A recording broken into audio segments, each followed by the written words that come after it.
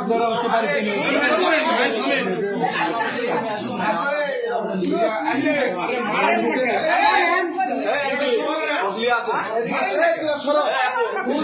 Tension না, আমি বলছি কোনো টেনশন নাই। এই কোনো ওটা আমার ঠকায় বিয়ে দেওয়া হয়েছে। ঠকায় বিয়ে দেওয়া হয়েছে? হ্যাঁ, ওনার ছেলে অসুস্থ সেই কথা আমাকে বলেনি। ওনার ছেলে যে অসুস্থ সেই কথা আমাকে বলেছে, ওনাকে জিজ্ঞেস করেন দেখি। ওনার ছেলে যে মানসিকভাবে অসুস্থ সেই কথা আমাকে বলেছে। আমাকে এটা ঠকায় বিয়ে দিয়েছে। আমি ওনার ছেলের সাথে সংসার করতে চাই না, সংসার করিও নি। আমার ওনার ছেলের সাথে কোনো বিয়েও হয় না। তাহলে ওনার ছেলে চিনি না। তো তিনি কে?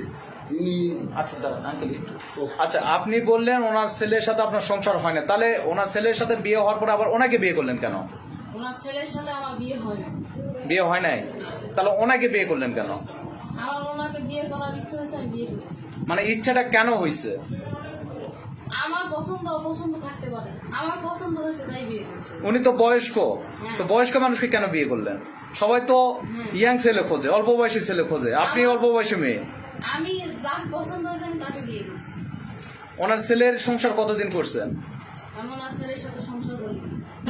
যে আপনার ছেলের ওয়াইফকে বিয়ে করছেন, এটা কি ইসলাম শরীয় মোতাবেক? কোর্ট ম্যারেজ করছেন? কতদিন আগে কোর্ট ম্যারেজ করছেন? 18 সালে। এটা কি আপনার স্ত্রীর অনুমতি?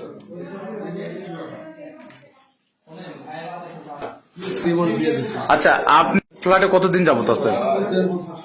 আপনার বয়স কত, তার বয়স কত?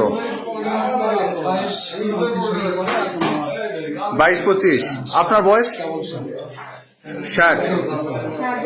তো 60 বছর বয়সী লোক, আপনি 22-25 বছর বয়সী মেয়েকে বিয়ে করলেন? আপনাকে স্বামী হিসেবে মেনে নিছে না আপনি জোরপূর্বক ভয়ভীতি দেখায় বিয়ে করছেন? আপনার নাম? আচ্ছা, আপনার ছেলের ওয়াইফকে বিয়ে করছেন, এটা কি ইসলাম শরীয় মোতাবেক? কোর্ট ম্যারেজ করছেন? কতদিন আগে কোর্ট ম্যারেজ করছেন? 18 সালে। এটা কি আপনার স্ত্রীর অনুমতি নিয়ে করছেন? এই স্ত্রীকে ডিভোর্স দিচ্ছেন কতদিন আগে? 18 পরে ডিভোর্স দিচ্ছেন। আপনি যে বলতেছেন, উনি বলতেছে আপনাকে ডিভোর্স দিছে, দিয়ে আপনার ছেলের ওয়াইফকে বিয়ে করছে, আপনি কি বিষয়টি কি জানতেন? আপনি জানতেন? আপনাকে যে ডিভোর্স দিছে বলে দাবি করে, আপনাকে কি কোনো তালাকনামা কি পাঠাইছে? উনি যে বলতেছে যে কোনো প্রকার তালাকনামা আপনি পাঠান নাই। কাজের মাধ্যমে পাঠানো হয়।